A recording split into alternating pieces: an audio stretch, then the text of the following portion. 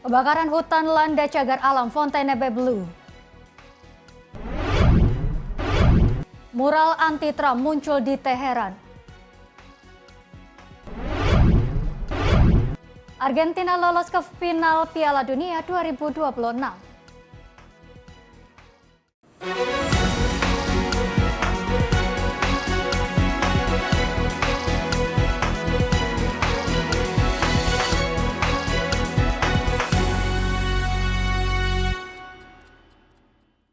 Halo pemirsa, apa kabar Anda hari ini? Senang sekali Sorotan Dunia kembali hadir menemani Anda dengan sejumlah informasi menarik yang telah kami rangkum untuk Anda. Bersama saya Dea Molia, inilah Sorotan Dunia selengkapnya. Kami awali pemirsa, gelombang panas yang melanda Prancis memperburuk penderitaan ratusan pengungsi yang tinggal di kamp darurat di Paris. Di tengah suhu yang terus meningkat, mereka berjuang mencari air, tempat berteduh dan harapan untuk memulai hidup baru. Di saat sebagian warga Prancis mencari kenyamanan dari terik matahari, ratusan pengungsi justru bertahan di atas aspal panas di bawah jalur metro layang Paris. Tenda-tenda darurat yang menjadi satu-satunya tempat berlindung dari suhu yang terus meningkat. Salah satu pengungsi asal Guinea mengaku datang ke Prancis dengan harapan mendapat pekerjaan dan kehidupan yang lebih layak. Namun ia mengaku harus tinggal di jalanan dan menghadapi proses administrasi yang sulit serta perlakuan yang menurutnya merendahkan martabat. Laporan pada bulan Juni menyebutkan sekitar 850 pengungsi tinggal di kamp tersebut. Sebagian besar berasal dari Afghanistan, Eritrea, dan Sudan Selatan. Organisasi Dokter Dunia menyatakan 60% di antara mereka merupakan pencari suaka. 20% berstatus pengungsi dan sisanya tidak memiliki dokumen resmi. Kondisi mereka semakin berat saat gelombang panas melanda Prancis. Suhu di Paris mencapai 36,7 derajat Celcius pada akhir pekan, memaksa para pengungsi mencari tempat teduh dan sumber air untuk bertahan. Organisasi kemanusiaan terus menyalurkan makanan, air minum, dan pakaian. Namun para pengungsi mengaku bantuan yang datang masih belum mencukupi kebutuhan mereka. Relawan setempat juga menilai banyak pengungsi membutuhkan tempat tinggal, akses layanan kesehatan, serta pendampingan agar dapat memulai kehidupan baru di Perancis. Tim redaksi Sinpo TV melaporkan. Pemirsa, kebakaran hutan melanda kawasan cagar biosfer Fontainebleau di selatan Paris, Perancis. Api menghanguskan lebih dari 2.000 hektar lahan dan memaksa sekitar 1.000 warga mengungsi.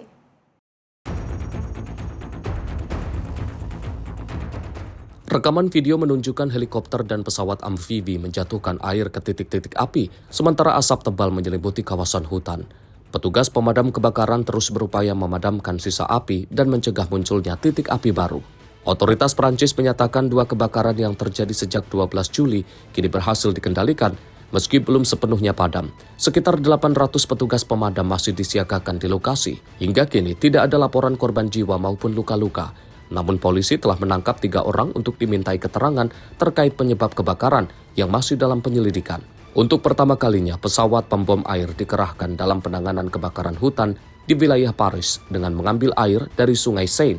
Tim pemadam dari Prancis Selatan juga diterjunkan untuk memperkuat penanganan di lokasi. Kawasan Fontainebleau dan Gattinais merupakan cagar biosfer UNESCO sejak tahun 1998. Kebakaran ini kembali menunjukkan rentannya kawasan konservasi tersebut terhadap ancaman bencana akibat kondisi cuaca ekstrim.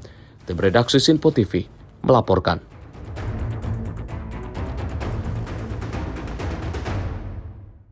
Pemirsa, Perdana Menteri Spanyol Pedro Sánchez meninjau pos komando terdepan di Torre Almeria Senin menyusul kebakaran hutan yang menewaskan 13 orang. Sánchez menegaskan darurat iklim menjadi salah satu penyebab meningkatnya bencana kebakaran ekstrim di Spanyol. Pedro Sánchez, Perdana Menteri Spanyol, tiba di pos komando bersama Presiden wilayah Andalusia, Juanma Moreno. Keduanya bertemu dengan tim penyelamat dan pejabat setempat untuk mendapatkan laporan terkini mengenai penanganan kebakaran. Sánchez menyatakan perubahan iklim membuat kebakaran hutan menjadi lebih sering terjadi dan semakin merusak. Menurutnya, seluruh pemerintah dan masyarakat harus bersama-sama menghadapi ancaman darurat iklim. He dicho en muchas ocasiones, la emergencia climática mata, lo estamos viendo en toda Europa, lo estamos viendo también en España, por desgracia, y en consecuencia tenemos que estar todas las administraciones y el conjunto de la sociedad a la altura del desafío que tenemos por delante. Creo que ese ejemplo, presidente, alcaldes, por supuesto presidente de la Diputación y delegado del Gobierno y secretaria de Protección Civil, se está dando por parte de las administraciones y efectivamente, como ha dicho el presidente, pues desgraciadamente vamos a tener un verano complejo, complicado, que nos va a exigir a todos estar atentos y alertas para poder responder con la máxima celeridad a cualquier tipo de eventualidad que se pueda producir. Sanchez juga menyampaikan bela sungkawa kepada keluarga para korban. Ia mengatakan sejumlah korban merupakan warga negara asing, termasuk dari Inggris dan Belgia, yang telah lama tinggal dan menjadi bagian dari komunitas setempat. Menurut Sanchez, Spanyol juga menerima dukungan dari sejumlah negara Eropa melalui mekanisme perlindungan sipil Uni Eropa. Solidaritas tersebut dinilai penting untuk menghadapi musim kebakaran hutan yang diperkirakan masih akan berlangsung. Kebakaran hutan mulai terjadi pada Kamis di dekat Los Galardos, Provinsi Almeria. Api menghanguskan sekitar 7.000 hektar hutan dan semak belukar, serta menyebar hingga 15 km hanya dalam 2 jam akibat angin kencang dan kondisi vegetasi yang sangat kering. Jumlah korban meningkat menjadi 13 orang setelah seorang perempuan berkewarganegaraan Inggris berusia 93 tahun meninggal dunia akibat luka bakar yang dideritanya. Pihak berwenang masih melakukan proses identifikasi korban dengan bantuan otoritas Inggris, Belgia, dan Perancis. Pihak berwenang menyatakan kebakaran diduga bermula dari kabel listrik yang putus dan menyulut vegetasi di tepi jalan saat suhu mencapai lebih dari 40 derajat Celcius. Api berhasil dikendalikan pada akhir pekan setelah kondisi cuaca membaik. Tim redaksi Sinpo TV melaporkan.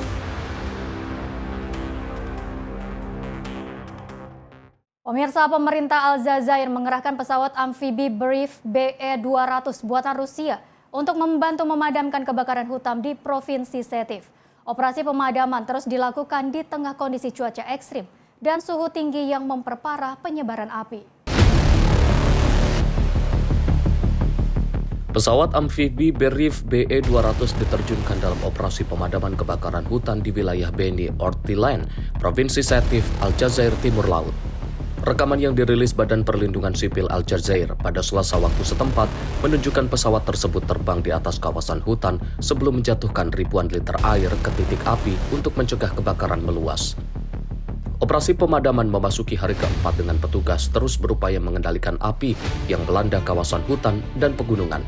Cuaca ekstrim dan gelombang panas dilaporkan menyulitkan proses pemadaman karena sejumlah titik api kembali menyala setelah sempat berhasil dikendalikan. Hingga saat ini petugas masih berjuang memadamkan 19 kebakaran hutan di 10 provinsi di Aljazair. Sedikitnya 1 orang dilaporkan meninggal dunia akibat bencana tersebut.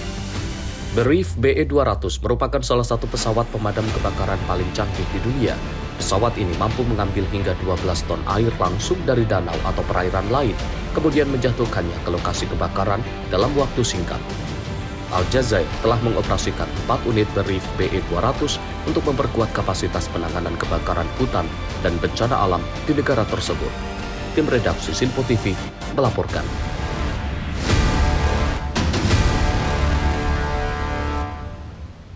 Selanjutnya pemirsa, kota Shenyang di Provinsi Liaoning, Tiongkok berangsur pulih setelah diterjang banjir akibat topan Bavi. Petugas terus kebut membersihkan lumpur dan puing, sementara warga perlahan kembali menjalani aktivitas sehari-hari. Sisa-sisa banjir masih terlihat di sejumlah sudut kota Shenyang. Petugas kebersihan berjibaku membersihkan lumpur, mengangkut puing-puing, serta mengevakuasi kendaraan yang rusak akibat terendam banjir. Seorang kurir pengantar makanan mengaku sempat kesulitan mengantar pesanan karena banyak jalan tertutup genangan air. Namun berkat upaya pemerintah mengeringkan jalan semalam penuh, sebagian besar akses kini sudah kembali dapat dilalui dan aktivitas berangsur normal. Sementara itu, seorang warga mengatakan hujan deras yang mengguyur Shenyang selama beberapa hari terakhir menyebabkan saluran drainase meluap dan merusak tanaman di pekarangannya. Meski demikian, kondisi kini sudah jauh membaik dengan cuaca yang kembali cerah. Shenyang menjadi salah satu wilayah yang paling terdampak topan Bavi di Provinsi Liaoning. Bencana ini memaksa sekitar 260.000 warga mengungsi. Taifun Bavi mendarat di Tiongkok pada Sabtu lalu dan kini telah melemah menjadi badai tropis. Tim redaksi Sinpo TV melaporkan. Pemirsa, di tengah puing-puing gempa dahsyat yang meluluhlantahkan Venezuela, sebagian warga memilih mencari barang bekas yang masih bernilai jual. Hasilnya digunakan untuk memenuhi kebutuhan hidup dan memberi makan keluarga.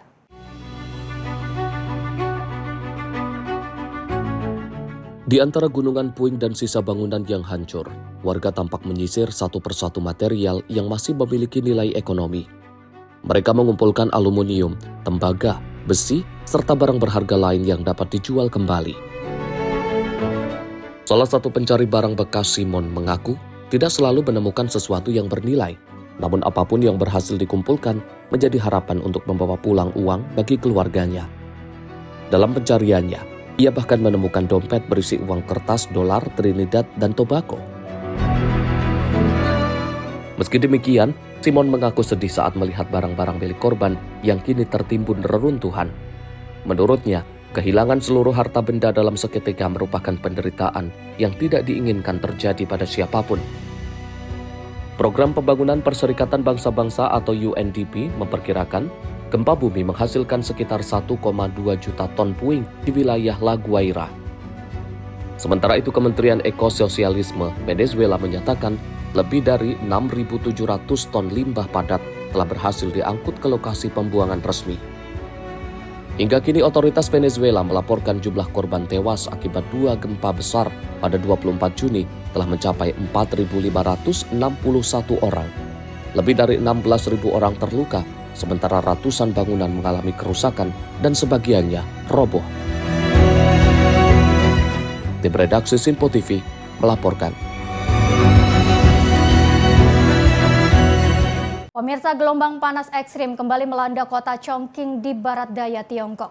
Suhu yang menembus lebih dari 40 derajat Celcius membuat pemerintah mengerahkan kipas penyemprot kabut raksasa bagi warga yang beraktivitas di luar ruangan. Kipas-kipas penyemprot uap dingin berukuran besar dipasang di sepanjang jalan kuliner Guanyiqiao, salah satu kawasan paling ramai di Chongqing. Semburan uap dingin dari alat tersebut membantu menurunkan suhu di sekitar jalan dan memberikan kesejukan bagi warga yang beraktivitas di luar ruangan.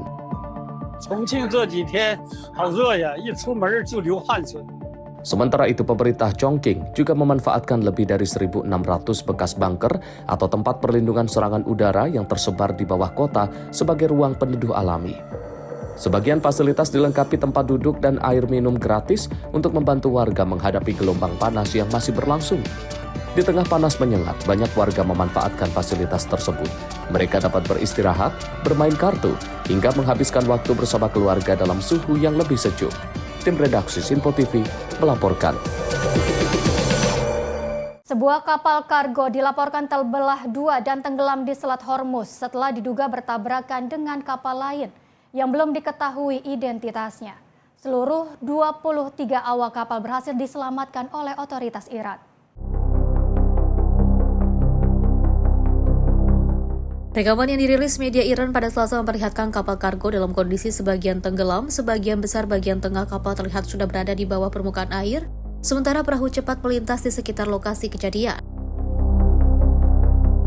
Laporan menyebut kapal kargo Luni yang juga berusia 32 tahun dan terdaftar di St. Kitts sedang berlabuh di lepas pantai Bandar Abbas ketika insiden terjadi.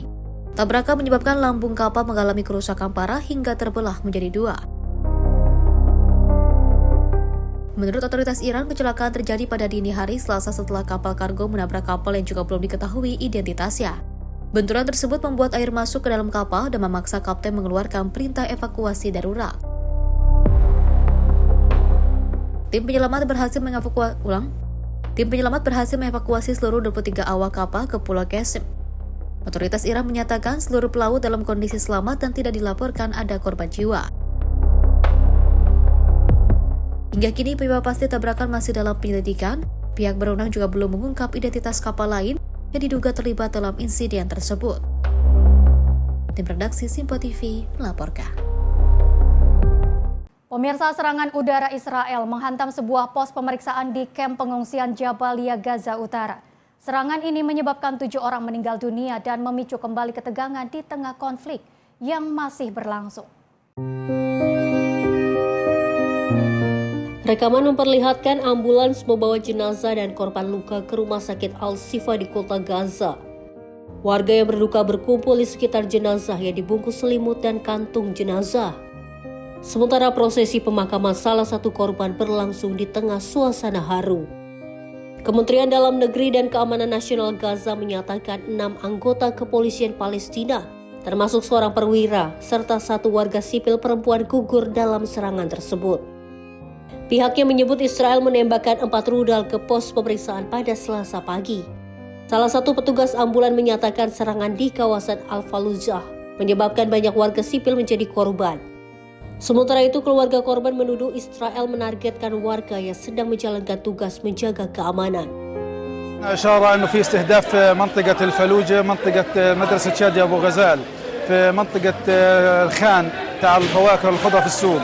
تم استهداف المواطنين وهناك عدد كبير من الإصابات والشهداء. تم وصولنا لأول ناس للمكان وتم إحضار عدد من الإصابات وإحضار شهيدين معنا في مستشفى الشفاء. وهناك عدد آخر من الإصابات والشهداء باقين في المكان. توجهت سيارات الإسعاف في المؤسسات الأخرى ومؤسسات الصحة للمكان. كانوا قاعدين في المكان متواجدين كلهم عند اليمن الساير. يعني أجتهم الهواء الغاشم، حسبنا بالله وأنت نعم الوكيل فيه ومش عقدهم. 7 استشهدوا هو وزملائه واللي مرق الطريق استشهد كلهم استشهدوا. Di sisi lain, militer Israel mengkonfirmasi melancarkan serangan di kawasan Jabilia. Israel mengklaim serangan tersebut menewaskan Mohammed Salem, yang disebut sebagai kepala keamanan militer Batalion Hamas Jabaliya Tengah, serta sejumlah anggota Hamas lain yang dituduh merencanakan serangan terhadap Israel. Menurut Kementerian Kesehatan Gaza, konflik yang berlangsung sejak 7 Oktober 2023 telah menyebabkan lebih dari 73.000 warga Palestina meninggal dan lebih dari 173.000 lainnya terluka. Di redaksi Sinpo TV melaporkan.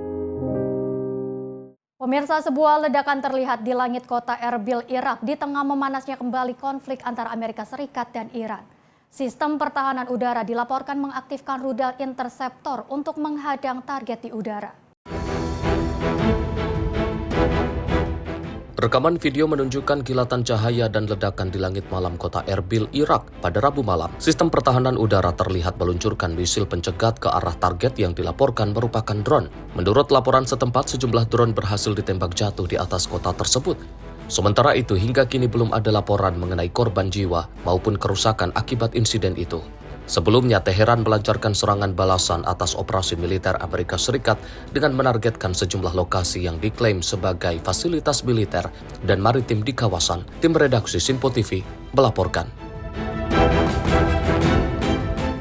Pemirsa, informasi terkait mural anti-Trump muncul di Teheran. Informasi selengkapnya usai jeda, tetaplah bersama kami.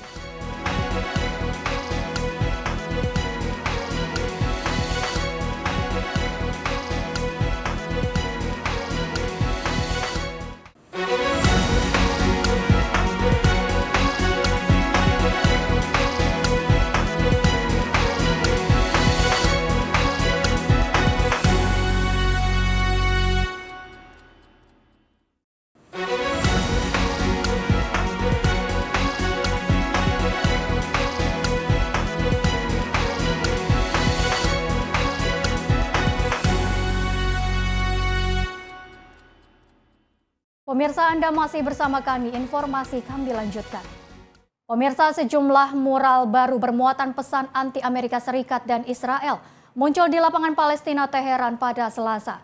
Karya seni ini hadir di tengah memanasnya kembali konflik militer antara Iran dan Amerika Serikat di kawasan Timur Tengah. Salah satu mural berukuran besar menutupi fasad sebuah gedung dengan menampilkan ilustrasi gedung putih yang dilalap api. Di bagian depannya terlihat peti mati berbalut bendera Amerika Serikat yang menampilkan foto Presiden Donald Trump dan sejumlah pejabat lainnya. Di samping ilustrasi tersebut, terpasang sebuah slogan berbunyi darah dibalas darah, mata dibalas mata. Sementara layar digital di kawasan itu menampilkan pesan-pesan lain, termasuk menuju puncak tanpa berhenti, serta kutipan yang dikaitkan dengan Imam Hussein.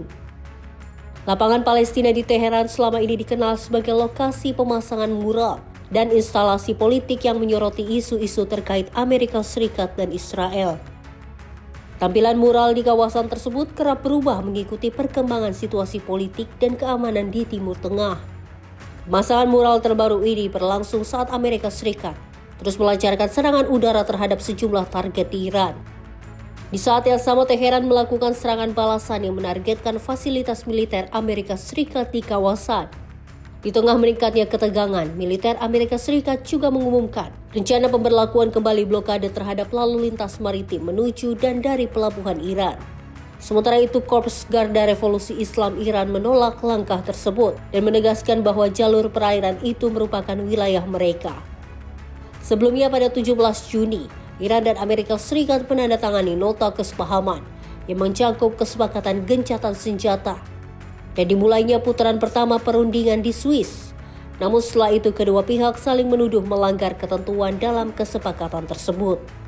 Tim redaksi Sinpo TV melaporkan.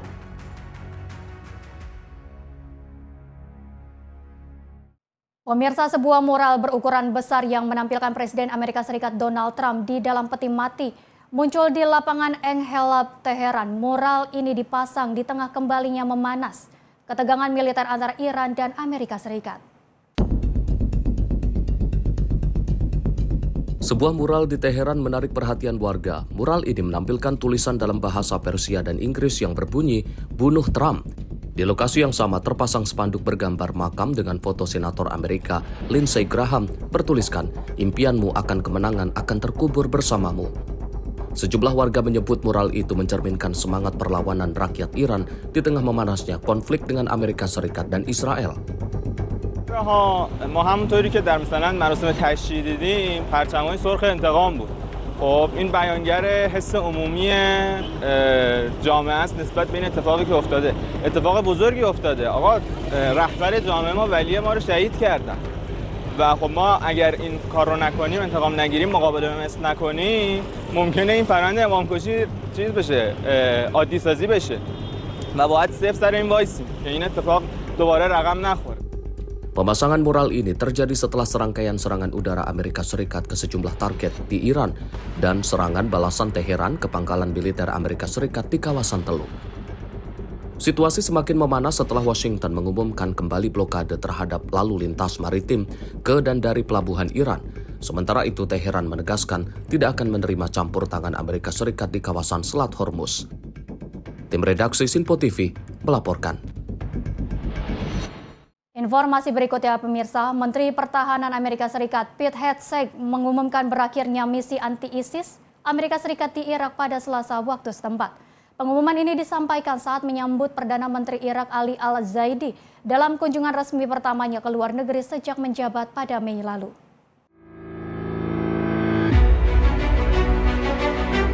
Rekaman memperlihatkan kedatangan Perdana Menteri Irak Ali Al-Zaidi di Pentagon sebelum menggelar pertemuan dengan Menteri Pertahanan Amerika Serikat Pete Hegseth.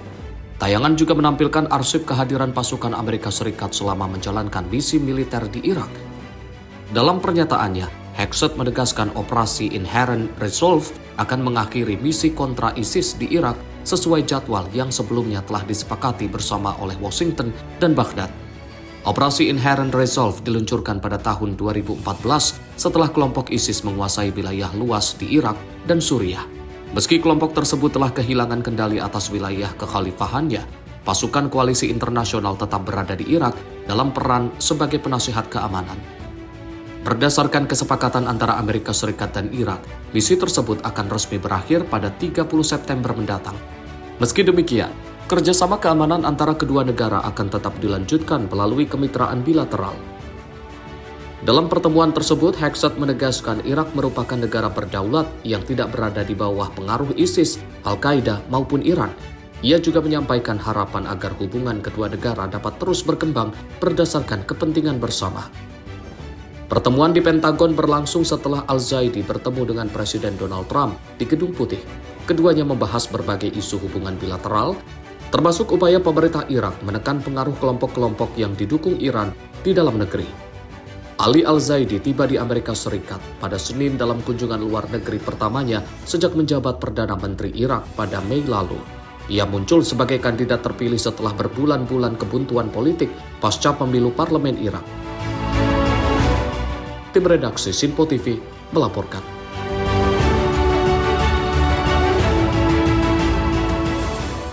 Pemirsa, Presiden Prancis Emmanuel Macron menyambut para pemimpin Eropa di Paris Senin dalam pertemuan koalisi negara-negara yang bersedia. Pertemuan ini digelar untuk memperkuat dukungan dan jaminan keamanan bagi Ukraina.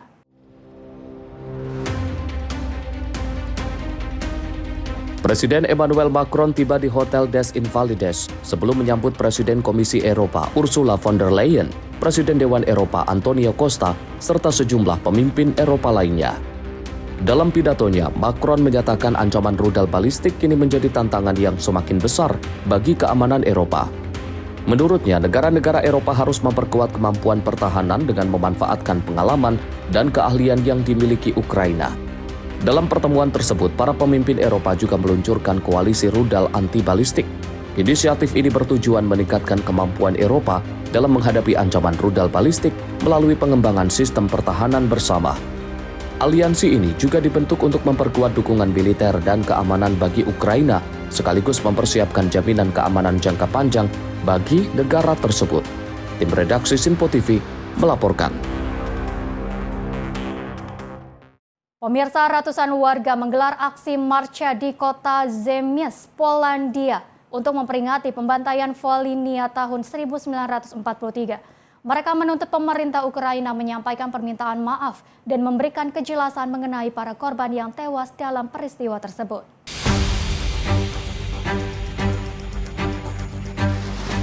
Para peserta aksi berjalan membawa bendera Polandia, menyalakan suar merah, serta membawa karangan bunga dan spanduk. Aksi ini digelar untuk mengenang ribuan warga Polandia yang menjadi korban pembantaian di wilayah Volhynia pada masa Perang Dunia Kedua. Penyelenggaraan aksi menyatakan Ukraina harus mengakui kejahatan masa lalu, melakukan ekshumasi terhadap para korban, serta menghentikan penghormatan terhadap tokoh nasionalis Stepan Bandera yang juga dianggap bertanggung jawab atas pembantaian tersebut. Każdy człowiek ma prawo do pochówku, nawet bandyta. Nawet Stefan Bandera ma swój grób. Nasi rodacy grobów nie mają. I dzisiaj z tego miejsca domagamy się twardej, stanowczej polityki wobec Ukrainy. Peringatan tragedi Volhynia digelar di berbagai kota di Polandia untuk mengenang peristiwa Bloody Sunday pada tahun 1943. Pemerintah Polandia menggolongkan pembantaian yang dilakukan Organisasi Nasionalis Ukraina atau UON dan juga Tentara Pemberontak Ukraina atau UPA sebagai tindakan genosida.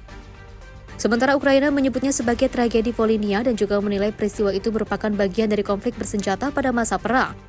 Perbedaan pandangan mengenai sejarah tersebut kembali memanas setelah Presiden Ukraina Volodymyr Zelensky memberikan nama kehormatan kepada satuan militer yang terkait dengan UPA. Sebagai respon, Presiden Polandia Karol Nawrocki juga menarik kembali penghargaan negara yang pernah diberikan kepada Zelensky. Tim redaksi Sinpo TV melaporkan.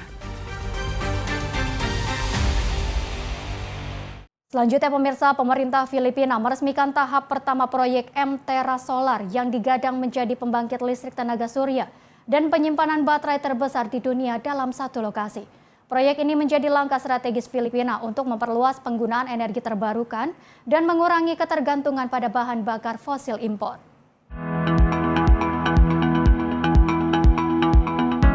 Presiden Filipina Ferdinand Marcos Jr. dan Ketua Meralco Manuel V. Pangilinan meresmikan tahap pertama proyek dengan penandatanganan prasasti. Para pekerja terlihat merakit panel surya, sementara rekaman udara menampilkan luasnya kawasan proyek di Provinsi Nueva Ecija. Manuel Pangilinan menyatakan proyek ini membuktikan bahwa Filipina mampu membangun infrastruktur energi dalam skala besar.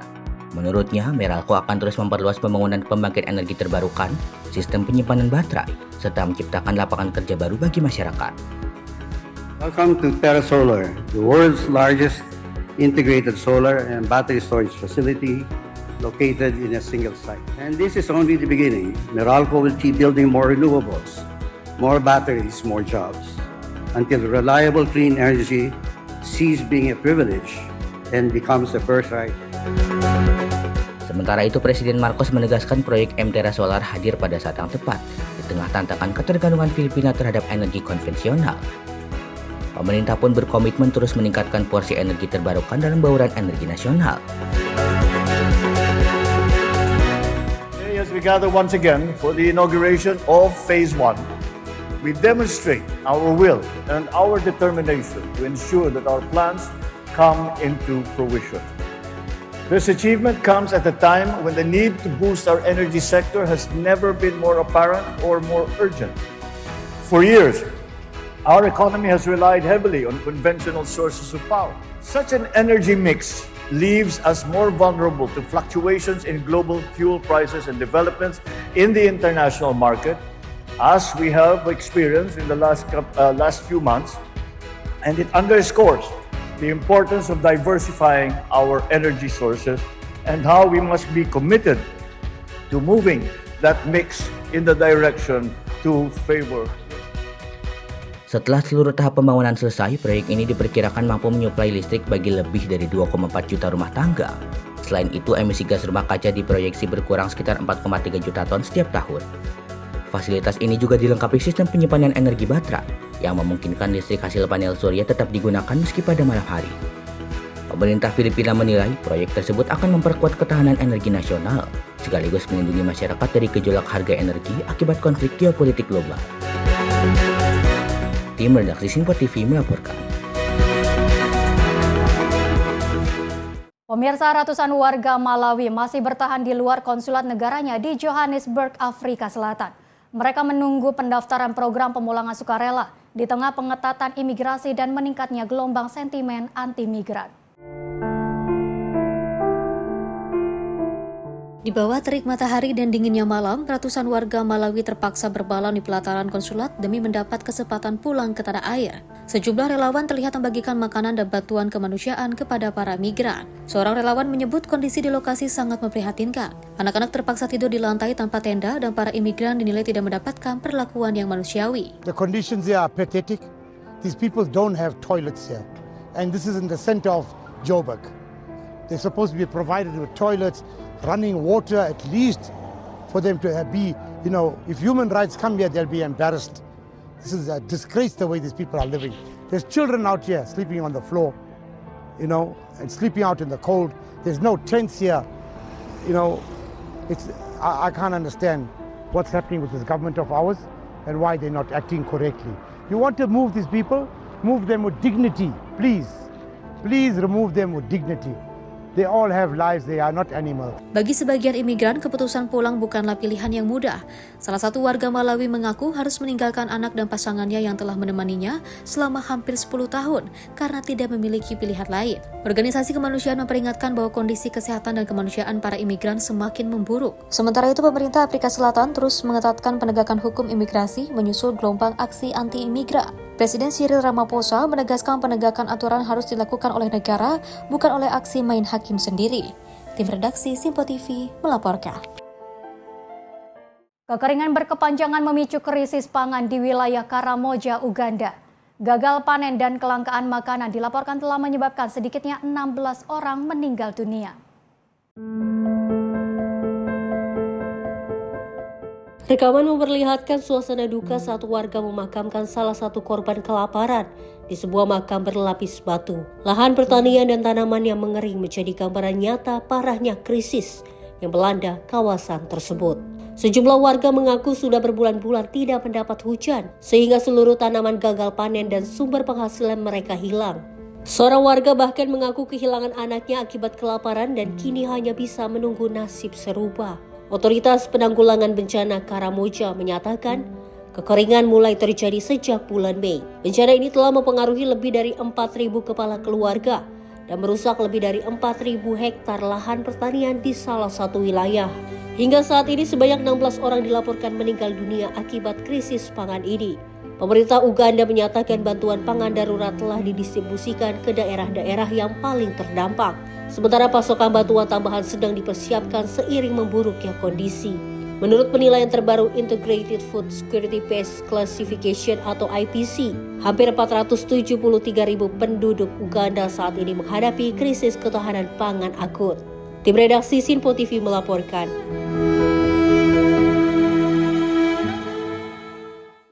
Pemirsa, Argentina lolos ke final Piala Dunia 2026. Informasi selengkapnya usai jeda. Tetaplah bersama Sorotan Dunia.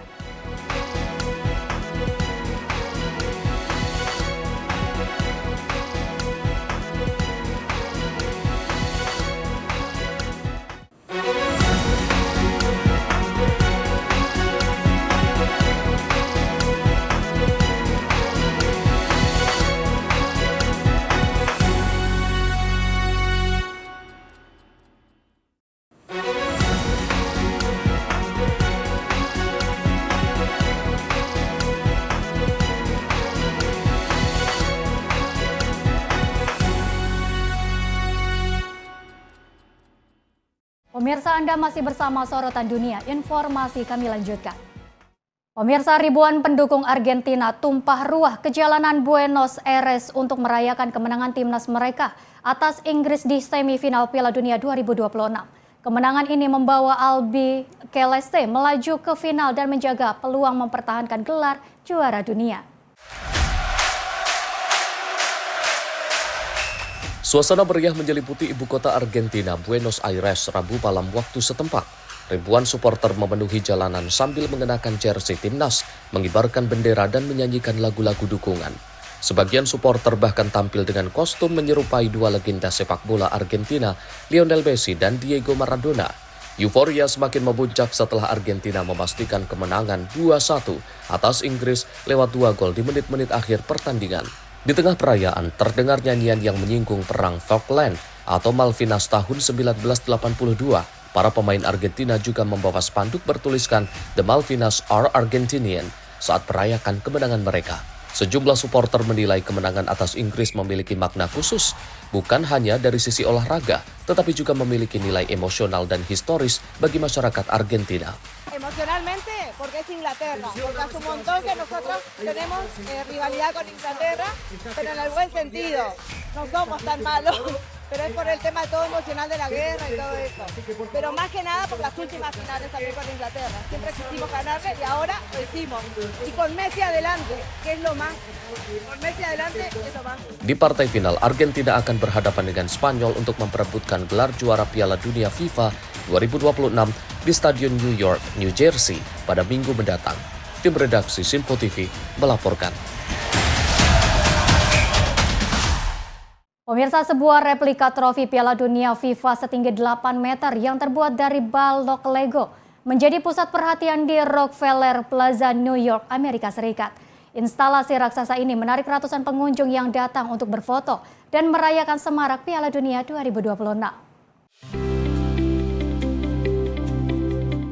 Rekaman video memperlihatkan replika trofi Piala Dunia menjulang di tengah Rockefeller Plaza. Di sekitarnya pengunjung tampak mengantri untuk mengabadikan momen, sementara patung Lego berbentuk Lionel Messi, Cristiano Ronaldo, dan Vinicius Junior menambah daya tarik instalasi tersebut.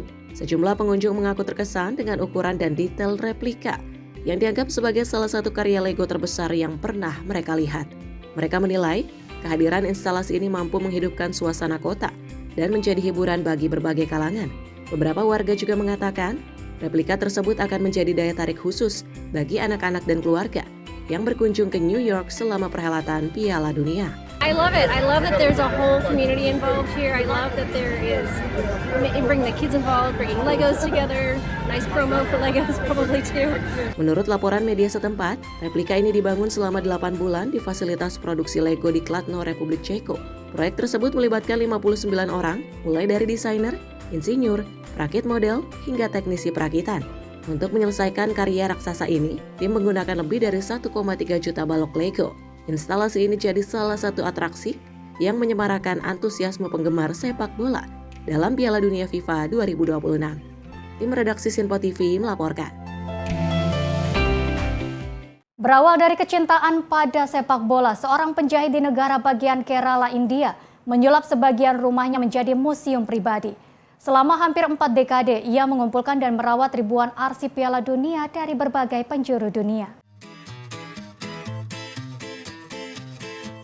Lembar demi lembar koran lama tersusun rapi di sebuah ruang sederhana di dalam rumah Abdul Karim.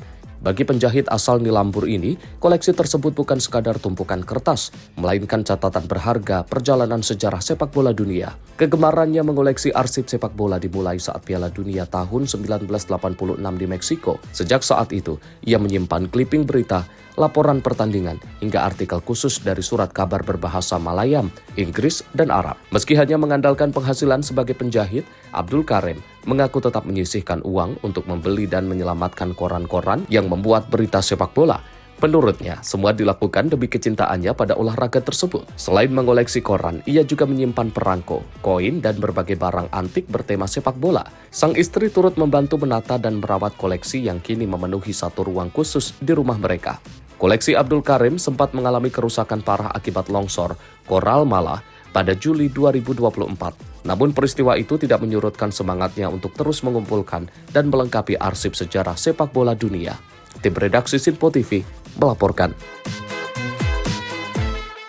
Pemirsa, Rusia meluncurkan perjalanan perdana kereta wisata Russia North dari Moskow menuju wilayah paling utara negara tersebut. Dalam peluncurannya, otoritas setempat mengajak influencer dan blogger asal Malaysia, Indonesia serta Cina untuk mempromosikan pariwisata Rusia kepada wisatawan internasional.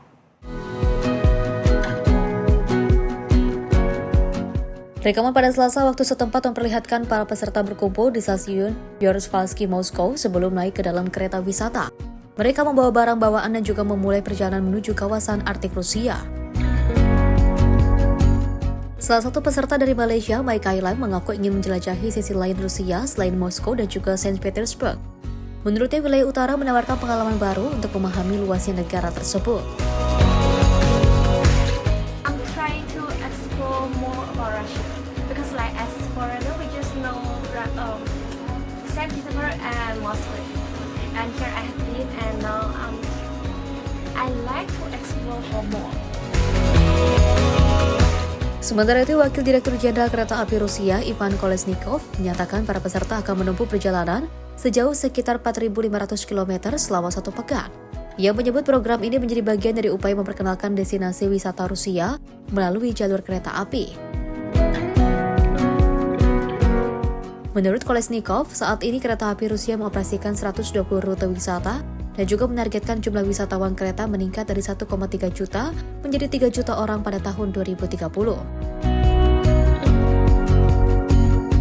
Di sisi lain, Wakil Ketua Dewan Federasi Rusia, Konstantin Kosakev, menilai bahwa kehadiran para blogger dan juga influencer akan membantu memperkenalkan Rusia secara langsung kepada masyarakat internasional melalui pengalaman mereka sendiri.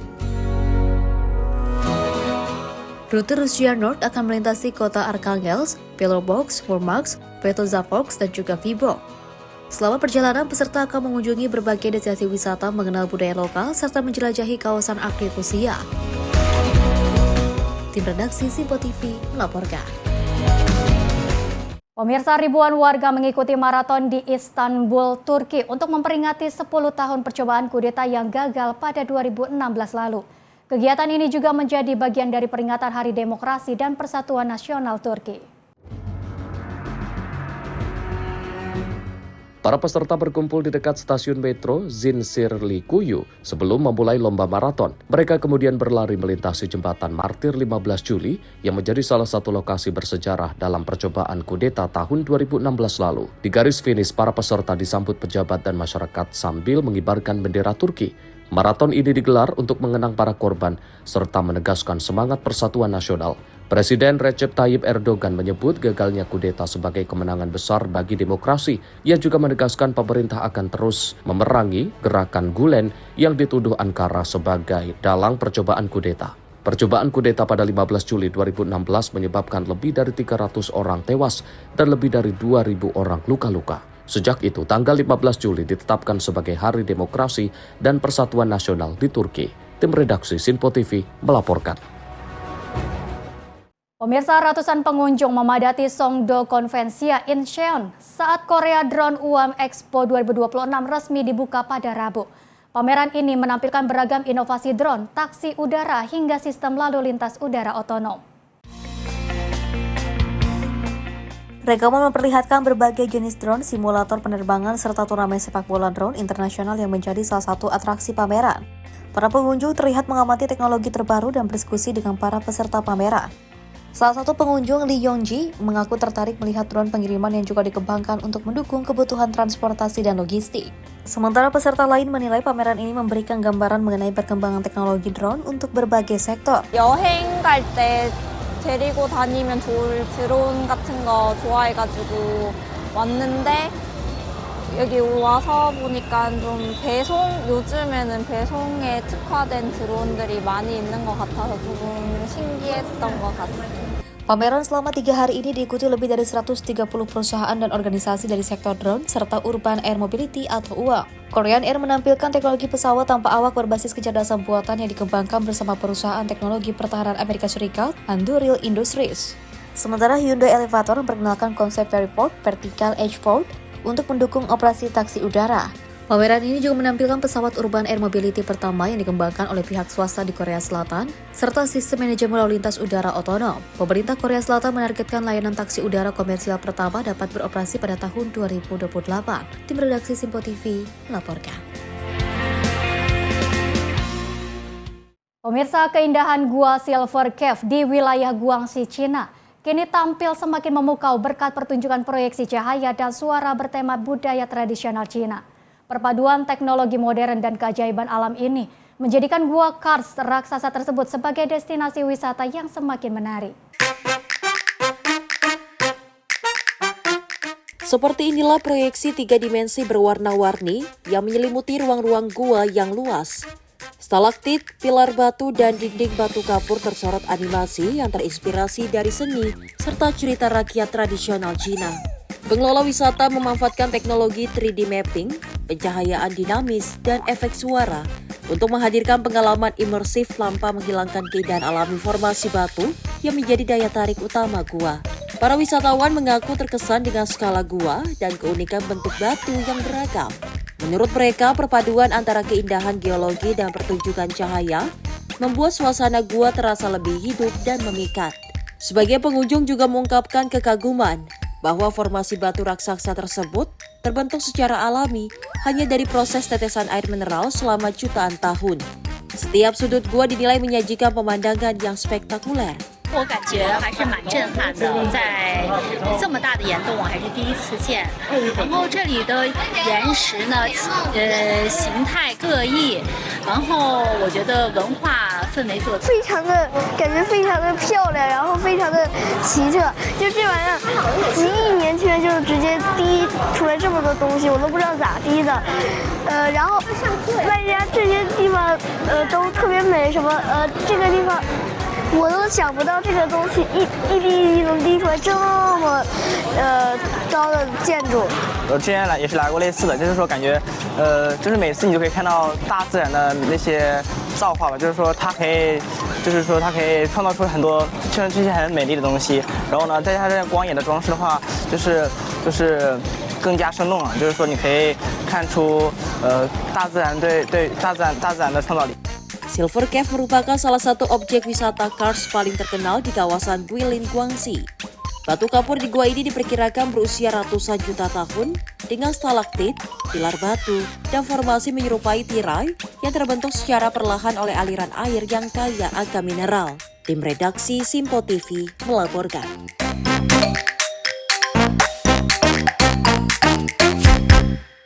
Selanjutnya, pemirsa, kucing oranye bernama Biskuit tengah menjadi sorotan di dunia maya lantaran memiliki benjolan yang cukup besar pada hidungnya. Benjolan ini diketahui terjadi akibat sengatan tawon.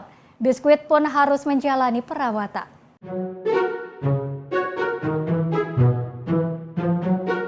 Seekor kucing oranye bernama Biskuit viral di media sosial usai hidungnya membengkak hingga tampak jauh lebih besar dari biasanya. Bahkan sekilas wajahnya mirip dengan hewan bekantan yang memiliki hidung besar. Pembengkakan yang dialami Biskuit diduga dipicu oleh berbagai penyebab, salah satunya sengatan lebah yang kerap terjadi saat kucing mencoba bermain atau menangkap serangga. Selain itu dapat juga terjadi akibat infeksi jamur Cryptococcus yang menyerang area hidungnya. Kini Biskuit tengah menjalani masa pemulihan di Tijuana, Meksiko setelah kondisinya sempat memprihatinkan. Biskuit dijadwalkan menjalani CT scan untuk membantu dokter merencanakan operasi pengangkatan benjolan sekaligus rekonstruksi wajah. Selama proses penyembuhan, Biskuit menggunakan kerah pelindung atau e-collar agar tidak menggaruk area yang terluka. Tim redaksi Simpo TV melaporkan.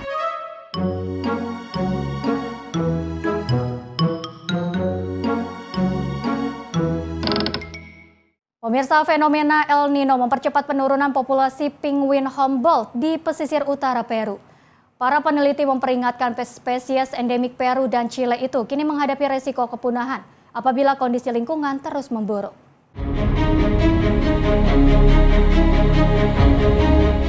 Rekaman video dari Pulau Foca, wilayah Piura, memperlihatkan jumlah penguin Humboldt yang jauh lebih sedikit dibandingkan tahun-tahun sebelumnya.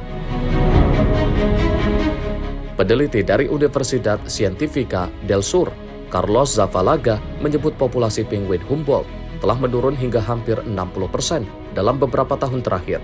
Pada musim panas 2025, diperkirakan hanya tersisa sekitar 5.500 ekor. Es una posibilidad que puede ocurrir a corto plazo, particularmente para el pingüino de Humboldt, porque ya previo a la ocurrencia de este niño, la población ya venía en descenso. Diferentes investigadores ya habían reportado, por lo menos en los últimos años, un descenso de aproximadamente 60% de la población en relación a números históricos, ¿no?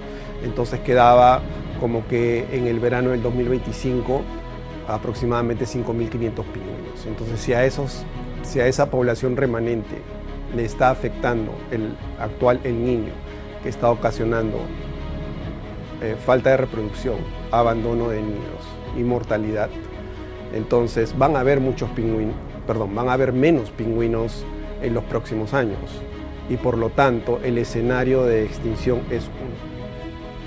Peningkatan suhu laut sejak bulan Mei memaksa penguin meninggalkan sarang, bermigrasi ke perairan yang lebih dingin, serta meningkatkan angka kematian karena kekurangan makanan. Selain El Nino, populasi penguin Humboldt juga terancam oleh flu burung, aktivitas perikanan, pencemaran, serta kerusakan habitat. Hasil pemantauan di belasan lokasi menunjukkan banyak koloni yang dulunya dihuni ratusan hingga ribuan penguin kini hanya menyisakan beberapa ekor, bahkan ada yang sudah tidak ditemukan sama sekali. Penguin Humboldt merupakan satwa endemik yang hidup di sepanjang pesisir Peru dan Chile. Para peneliti berharap langkah konservasi dapat diperkuat agar spesies ini tidak menghilang dari habitat alaminya. Tim redaksi Sinpo TV melaporkan. Pemirsa, informasi tadi sekaligus mengakhiri jumpa kita dalam Sorotan Dunia kali ini. Mewakili kru bertugas, saya Dea Mulia mengucapkan terima kasih dan sampai jumpa.